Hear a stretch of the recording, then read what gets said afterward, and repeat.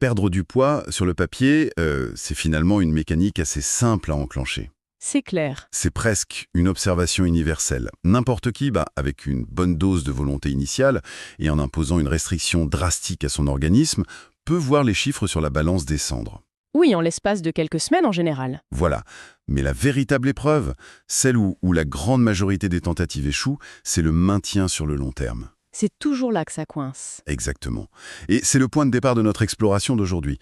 On va plonger dans une pile de notes, de recherches et surtout un ouvrage médical fascinant qu'on nous a confié pour cette session. Et je suis ravie qu'on aborde ça, parce que c'est vraiment novateur. L'objectif de notre immersion, c'est de décortiquer une approche qui propose un changement de paradigme total.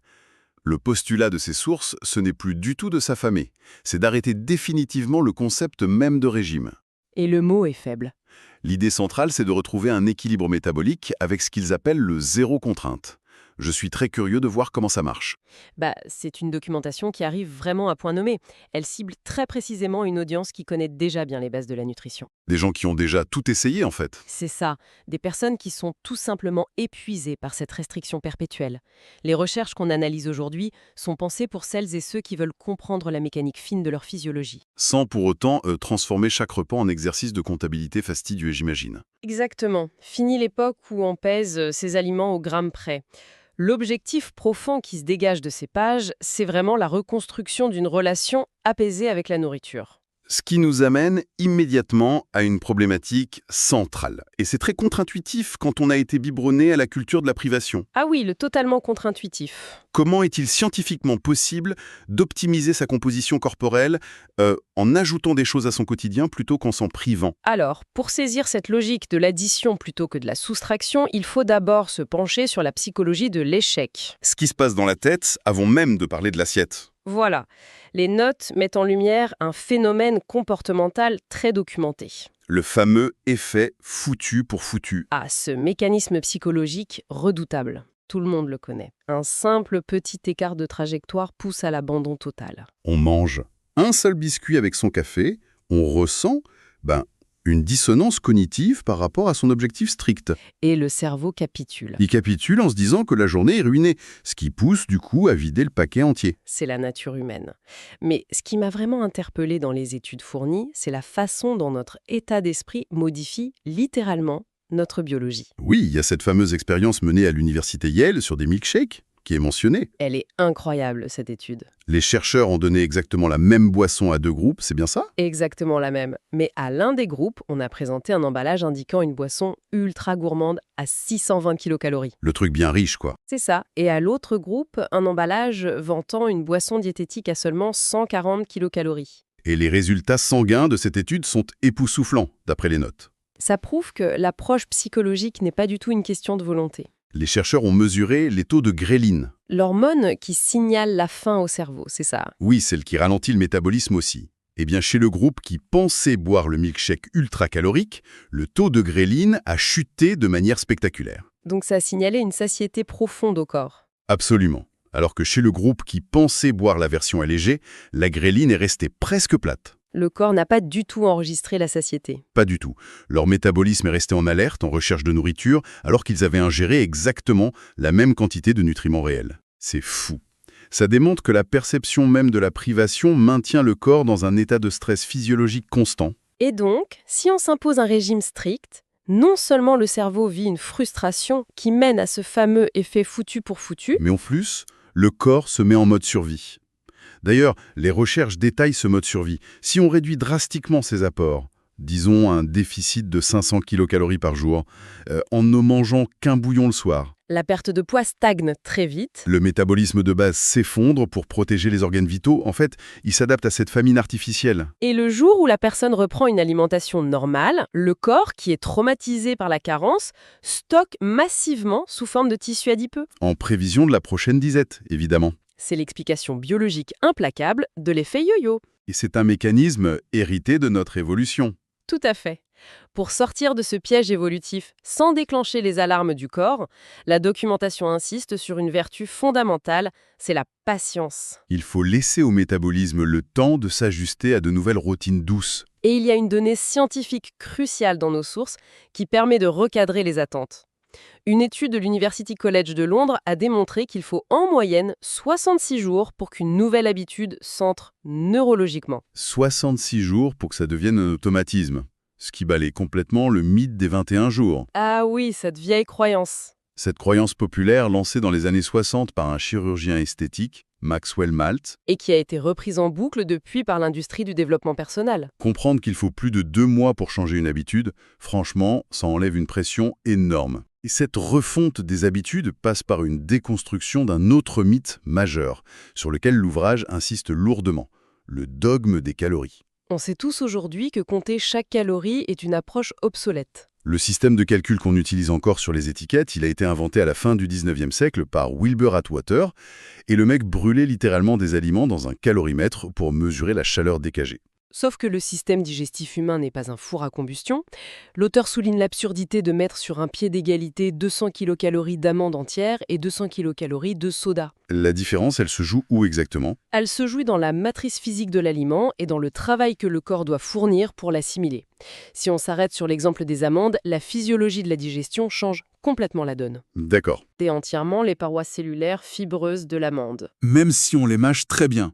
Même après une mastication prolongée, oui, une proportion significative des lipides reste emprisonnée dans ces structures cellulaires. Et donc, ça traverse le tractus intestinal sans jamais être absorbé dans la circulation sanguine. C'est exactement ça. En réalité, l'organisme n'en extrait qu'environ 160 kilocalories. C'est ce qu'on appelle l'effet thermique des aliments et la biodisponibilité. Alors qu'à l'inverse, un soda ne demande aucune digestion complexe. L'énergie passe instantanément la barrière intestinale. Instantanément. Et au-delà de cette absorption, on touche ici à la dynamique hormonale qui est généralement bien maîtrisée par les personnes qui s'intéressent à la nutrition, l'impact sur l'insuline. L'insuline, oui, tout le monde sait que c'est l'hormone responsable du stockage des graisses. Mais ce qui ressort de façon très intéressante dans ces notes, c'est surtout la mécanique de l'hypoglycémie réactionnelle. Et la façon dont elle pirate littéralement le comportement dans les heures qui suivent la consommation d'un produit ultra transformé. C'est vraiment le nœud du problème. Un produit à fort index glycémique provoque une inondation de glucose dans le sang. Le pancréas panique, il sécrète une dose massive d'insuline pour évacuer ce sucre qui est toxique pour les vaisseaux sanguins. En le forçant à entrer dans les cellules adipeuses. Sauf que cette réponse est souvent disproportionnée, le taux de sucre s'effondre alors en dessous de son niveau de base, C'est ça, la fameuse hypoglycémie réactionnelle. et le cerveau perçoit cette chute brutale d'énergie comme une menace vitale immédiate. Il déclenche alors des signaux de faim impérieux. Il cible spécifiquement l'envie d'aliments denses en énergie pour remonter la glycémie en urgence. C'est ce qui explique le coup de barre. Ce coup de barre et l'envie irrépressible de sucrer en milieu de matinée ou d'après-midi, c'était pas un manque de volonté des gens. Non, c'est une alarme de survie déclenchée par une erreur de pilotage biochimique. Et c'est pour contrer ces erreurs de pilotage que l'ouvrage propose ces fameuses astuces zéro contrainte. Le but est d'ajouter de petites habitudes pour lisser ces courbes hormonales. L'auteur détaille 3 gestes qui pourraient ressembler à des remèdes de grand-mère. Mais qui ont une littérature scientifique solide derrière eux, c'est ça le point fort. Tout à fait. Le premier geste, c'est le simple fait de boire 2 grands verres d'eau juste avant de s'asseoir pour un repas. Bon, on comprend l'effet mécanique de remplissage de l'estomac, mais les sources parlent d'une augmentation métabolique et d'un impact inattendu sur le cholestérol. Je suis un peu perplexe. Comment de l'eau peut-elle agir sur le métabolisme des graisses? Les recherches citées expliquent que l'ingestion d'eau pure induit une thermogénèse. Pour amener cette eau à la température corporelle de 37 degrés, l'organisme doit dépenser de l'énergie, Donc ça stimule le métabolisme de repos. de près de 30% dans l'heure qui suit. Mais la découverte la plus fascinante concerne une hormone appelée coptine. Coptine. Lorsque le corps est ne serait-ce que très légèrement déshydraté, il sécrète cette coptine pour retenir l'eau. D'accord. Or, des études cliniques récentes ont établi un lien direct entre des niveaux élevés de coptine et une augmentation du risque métabolique. Incluant la hausse du mauvais cholestérol et la résistance à l'insuline, d'après nos notes. C'est ça. Boire ces 2 verres d'eau avant de manger supprime cette sécrétion de copeptine. Ça optimise ainsi le traitement des nutriments qui vont suivre. C'est vraiment brillant. Et le deuxième geste recommandé est tout aussi accessible. Consommer une pomme par jour. Pas en jus, pas en compote. Entière, avec la peau. Au-delà de l'obligation de mastiquer, ce qui laisse le temps aux signaux de satiété d'atteindre l'hypothalamus, l'ouvrage met en avant un composant spécifique de la pomme. La pectine, c'est une fibre soluble exceptionnelle. Qu'est-ce qu'elle fait dans l'estomac? Lorsqu'elle arrive dans l'environnement aqueux de l'estomac, elle se gorge d'eau et forme une structure physique similaire à un gel visqueux. Ce gel tapisse les parois de l'estomac. Et il ralentit considérablement la vidange gastrique, ce qui prolonge le sentiment de satiété de plusieurs heures. Mais son rôle ne s'arrête pas là, si j'ai bien lu. Non, une fois dans le côlon, cette pectine fermente et sert de prébiotique de haute qualité pour le microbiote intestinal. Ça favorise la prolifération de bactéries bénéfiques qui, en retour, produisent des acides gras à chaîne courte impliqués dans la régulation de l'appétit. Exactement. L'ouvrage mentionne même que la peau de la pomme est riche en quercétine. C'est un puissant antioxydant qui semble stimuler la neurogénèse. C'est-à-dire la création de nouveaux neurones. C'est juste avec une pomme par jour. Ça donne envie de s'y mettre. Et on arrive à la troisième astuce, sur laquelle je dois avouer je suis resté très sceptique en parcourant les notes. Le vinaigre cidre. Oui. L'ouvrage suggère d'ajouter systématiquement 2 cuillères à soupe de vinaigre dans ses repas, que ce soit sur une salade ou des légumes. Je comprends le doute. Perdre du poids juste avec un condiment, sans rien modifier d'autre à son alimentation, ça ressemble presque à une promesse marketing un peu douteuse de magazine d'été. C'est vrai. Comment un tel effet est-il biologiquement possible? Le scepticisme est totalement justifié face à ce genre d'affirmation.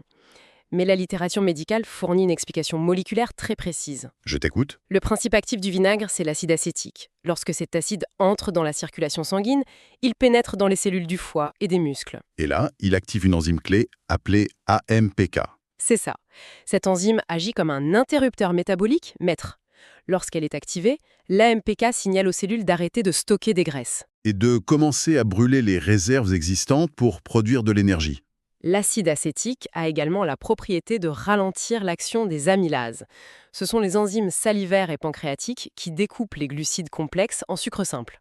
Donc le passage du sucre dans le sang est ralenti. Ce qui écrète le fameux pic d'insuline dont on parlait tout à l'heure.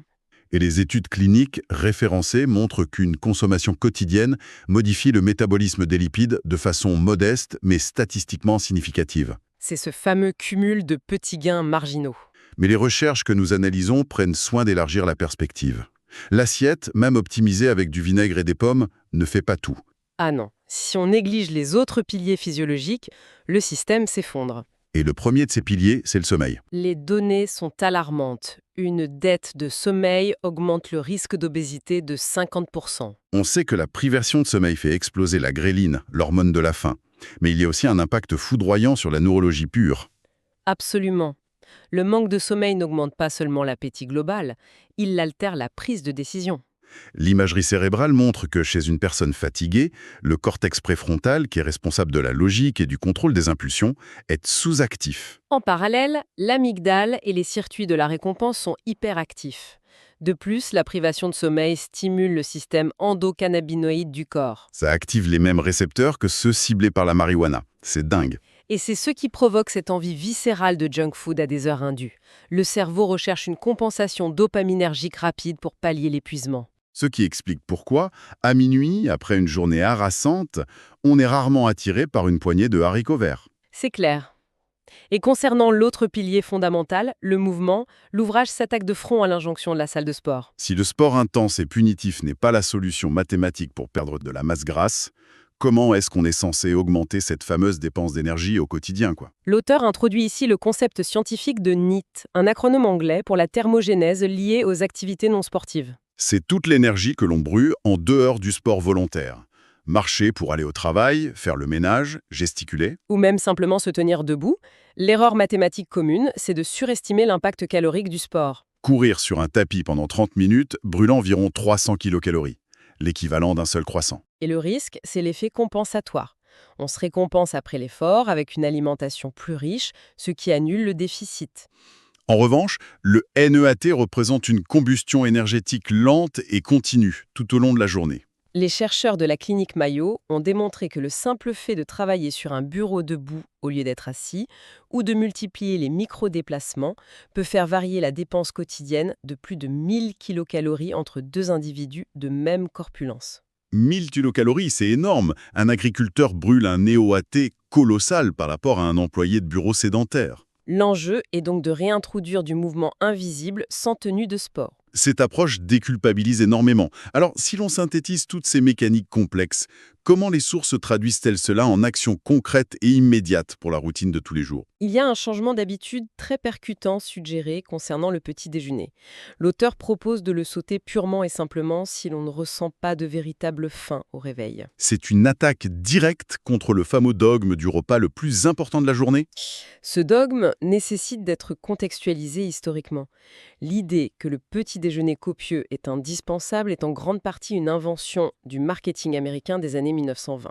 Orchestré par le publicitaire Edward Bernays? Pour éculer les surplus de production de l'industrie de la viande, notamment le bacon.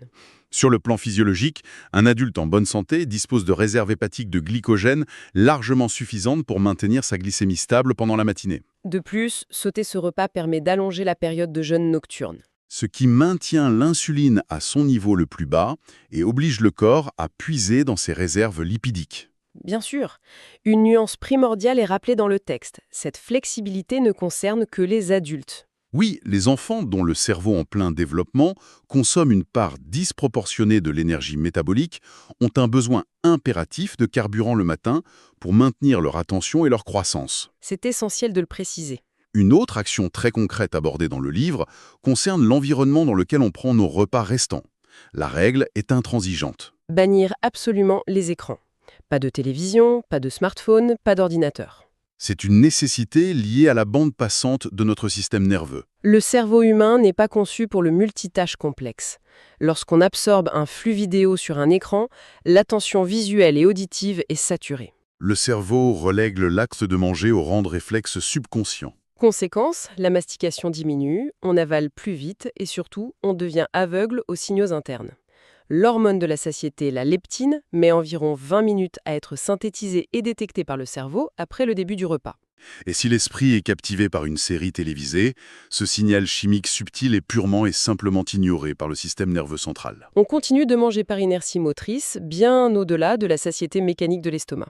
C'est le fameux repas englouti devant un tableau Excel où à la fin on ne se souvient même pas du goût de ce qu'on a mangé. Exactement. Pour terminer sur ces actions pratiques, la documentation n'élude pas le point le plus sensible, la gestion des pulsions sucrées liées au stress, ce qu'on appelle la faim émotionnelle. Quand la journée a été chaotique et que le système nerveux réclame du réconfort, la pure force de volonté échoue toujours. Plutôt que de prôner une résistance stoïque, l'approche proposée est beaucoup plus stratégique. Essayer de réprimer frontalement une émotion de stress en bloquant la récompense alimentaire ne fait qu'augmenter le niveau de cortisol, l'hormone du stress, ce qui aggrave la pulsion. La méthode suggérée relève de la pleine conscience appliquée. Si le besoin de chocolat surgit après un choc émotionnel ou une journée de tension, l'idée est de s'y soumettre, mais sous des conditions strictes de dégustation. Prendre un seul carré de chocolat noir intense, s'asseoir au calme, fermer les yeux et focaliser toute son attention cognitive sur l'expérience sensorielle. La texture qui fond, les notes d'amertume, la température. Cette immersion sensorielle s'apparente à une technique d'auto-hypnose. En concentrant le cortex sur ces stimuli, on parvient à désamorcer l'amygdale et à saturer le circuit de la récompense dopaminergique avec un apport calorique dérisoire. C'est une façon de pirater le système pour obtenir l'apaisement psychologique sans en payer le prix métabolique. C'est fascinant comme approche. En résumé, ce qui ressort de cette plongée dans ces sources, c'est une philosophie profondément bienveillante envers la biologie humaine. L'optimisation de la santé n'est jamais présentée comme une question de privation punitive. Il s'agit d'intégrer des routines intelligentes au quotidien, de jouer avec sa physiologie plutôt que contre elle, et de retrouver une écoute attentive de ses propres signaux. L'ouvrage médical, au cœur de notre exploration aujourd'hui, regorge de ces types d'ajustements subtils, avec près d'une quarantaine de conseils détaillés et validés par la littérature scientifique. Cela donne vraiment des clés pour comprendre la mécanique interne sans subir l'injonction des régimes stricts. Pour clôturer cette analyse, il y a une perspective plus large qui émerge de ces recherches et qui mérite une vraie réflexion. Je suis tout oui. Sur le plan évolutif, notre biologie est parfaitement sculptée pour survivre dans un environnement ancestral hostile, où la nourriture, rare et difficile d'accès, justifiait ce métabolisme économe et ce stockage efficace. Le drame moderne, c'est que ce corps ancien est soudainement plongé dans un environnement obésogène. Caractérisé par une abondance permanente de produits ultra transformés et hyper palatables, littéralement conçus en laboratoire pour contourner nos signaux de satiété. Si notre environnement moderne est si toxique et inadapté à notre biologie fondamentale, la véritable question à se poser n'est peut-être plus de savoir comment l'individu doit lutter seul contre ses propres instincts, Mais plutôt de savoir si, à terme, la société devra envisager de réguler l'industrie des aliments ultra transformés avec la même sévérité et la même urgence de santé publique qu'elle l'a fait pour le tabac.